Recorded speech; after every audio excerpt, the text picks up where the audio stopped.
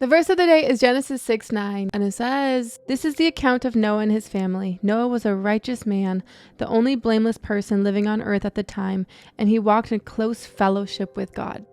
So to give a little recap, yesterday we talked about how the world had gone wrong, how God saw that human hearts were not very pure and they were full of evil intentions and becoming really dark. So he came up with a plan to wipe the earth clean and to start fresh through a man named Noah, who we're learning about today.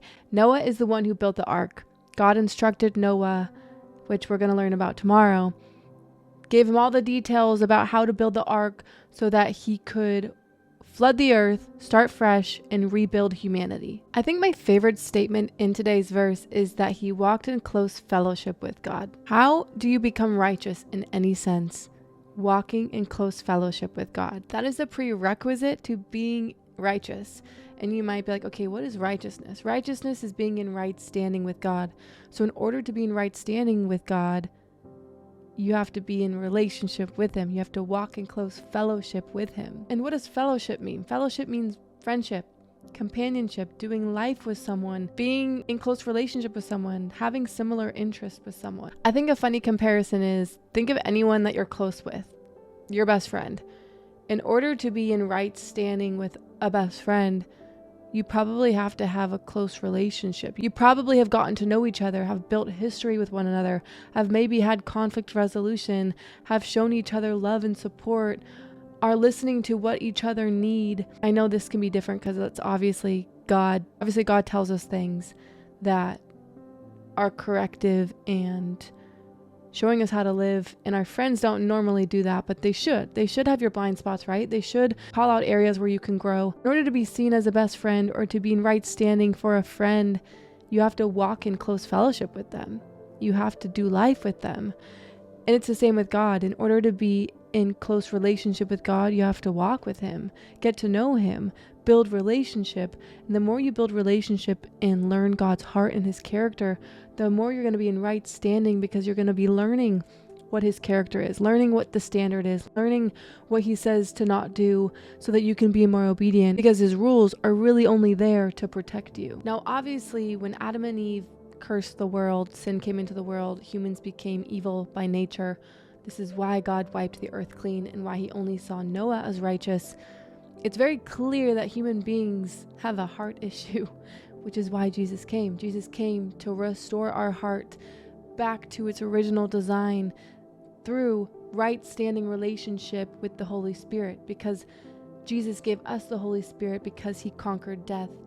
Left that spirit for you and I so that we could be made righteous, because before Jesus, we couldn't. If you look at the history of the Bible, man falls time and time again and we couldn't get it right, which is why Jesus had to come. So right relationship now is only possible through Jesus. You get to know God through Jesus. I think a good verse that helps us understand this is 2 Corinthians 5:21, and it says, "For God made Christ, who never sinned, to be the offering for our sin, so that we could be made right with God through Christ." Other translations say righteous, to be made right because of what Jesus did. Imagine you have the Spirit of God now living in your heart, the Holy Spirit. So that Spirit convicts us, teaches us, highlights parts of our life, equips us, gives us strength, gives us all the strength necessary to bear the fruit of the Holy Spirit, which helps us look more like God, because it's the fruit of God. It's the fruit of God's heart growing within us because now we have his Spirit. It reminds me of my life before I met Jesus. How selfish I was, how all of my motives were to gain, to please myself, self-focused. I was living my life trying to meet my own needs. My mind was consumed with lies because I didn't know truth. It wasn't until I met Jesus and I started to grow in relationship with him, started to grow in fellowship with God, that I start to see myself change, because I now was tapping into the Holy Spirit, which is the power necessary to change. Because something we have to remember in the Bible, it reminds us that we're not fighting against flesh and blood. We're fighting against principalities, spiritual battles, the devil always trying to whisper lies into our head. Just like he did with Eve, trying to convince Eve. Did God really say that? The devil's going to whisper in your ear, trying to tempt you to get you to do what you shouldn't, so that you don't walk in close fellowship with God, so that you try to meet your own needs in a way that will never sustain you, in a way that will just open the door to pain and heartache. But when we walk in fellowship with God, He gives us the strength necessary. God's power is made perfect in our weakness. God created you. He knows how this world works. So when we walk in close fellowship with Him, we get all of the things we need that He created us to need.